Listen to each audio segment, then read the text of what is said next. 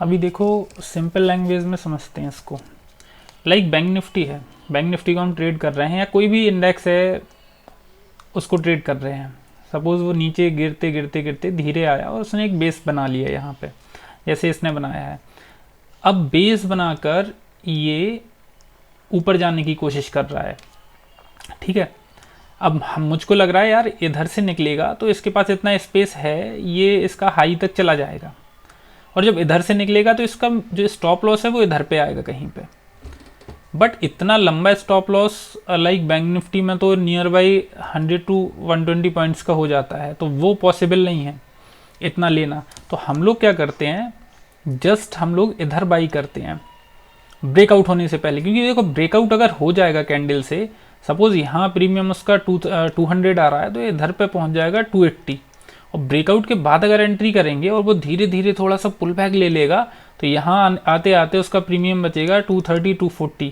क्योंकि आप भी जानते हो तो ऑप्शंस में जब ब्रेकआउट हो जाते हैं जितनी स्पीड से निकलेगा वो, तो ऑप्शन की वैल्यू ओवर प्राइज्ड हो जाती है।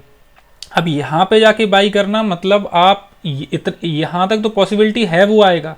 सपोज उसकी वैल्यूएशन उस ऑप्शन की वैल्यूएशन 240 होनी चाहिए थी, बट वो जाके 270 हो गया, तो वो अगर ब्रेकआउट देने के बाद वो अगर स्टे कर गया इस पॉइंट पे, तो ये धीरे धीरे वो करके इतना आ जाएगा। तब ये काफ़ी बार आपने ऐसा देखा होगा, आप मार्केट निकल रहा है और आप उधर पे ऑप्शन बाई कर लेते हो और वो 10 मिनट उधर रुक जाता है, उसकी वैल्यूएशन कम हो जाती है।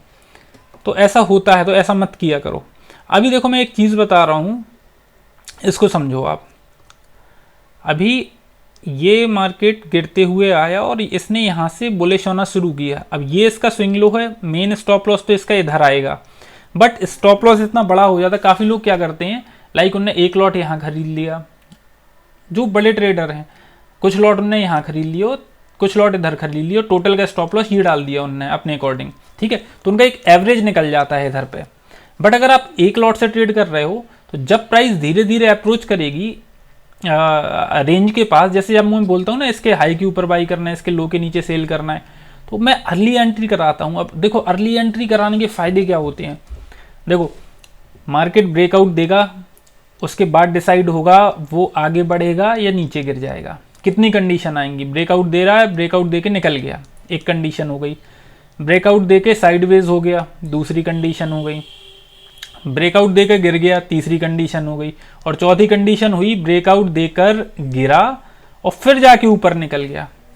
अभी देखो हम किस तरीके से मैक्सिमम बेनिफिट ले सकते हैं।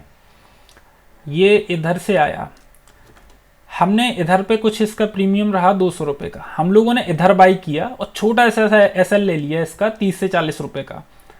सडन ब्रेकआउट हुआ, स्पाइक आया और 30-40 पॉइंट ऊपर निकला मार्केट इसके बाद डिसाइड करेगा उसको क्या करना है। ये जितनी भी कंडीशन है ना, ये इसके बाद होंगी। अगर उसको एसएल हंटिंग करके रिवर्स डायरेक्शन में गिरना होगा ना, तो पूरे स्टॉप लॉस काटेगा, और वो जो स्टॉप लॉस काटेगा ना उसमें हमारा टारगेट बुक हो जाएगा। बैंक निफ्टी इजीली 50 पॉइंट देकर चली जाती है।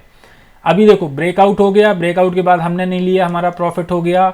मार्केट अब पुल बैक ले या साइडवेज ले, हमारा प्रॉफिट हो गया। या फिर उसको रिवर्सल लेना है तब भी हमारा प्रॉफिट हो गया।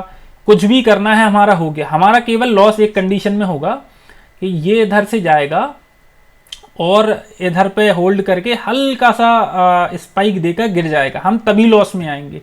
बट ये बाकी 3 तरीके से हम लोग प्रॉफिट में आएंगे।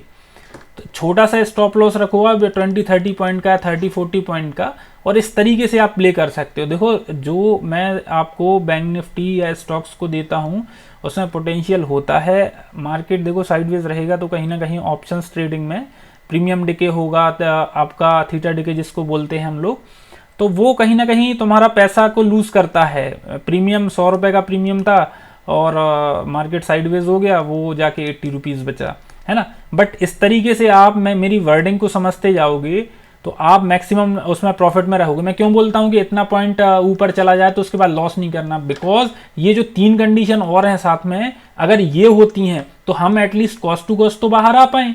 अभी जाके हमको निफ्टी में 15 पॉइंट मिल गए, है ना, ऊपर चला गया। अब वो जाके डिसाइड कर रहा है क्या करना है ना। तो एटलीस्ट कॉस्ट टू कॉस्ट का डाल दो, आप लॉस में तो मत जाओ उस ट्रेड में। ऊपर जाना है तो स्पेस है उसके पास फिर।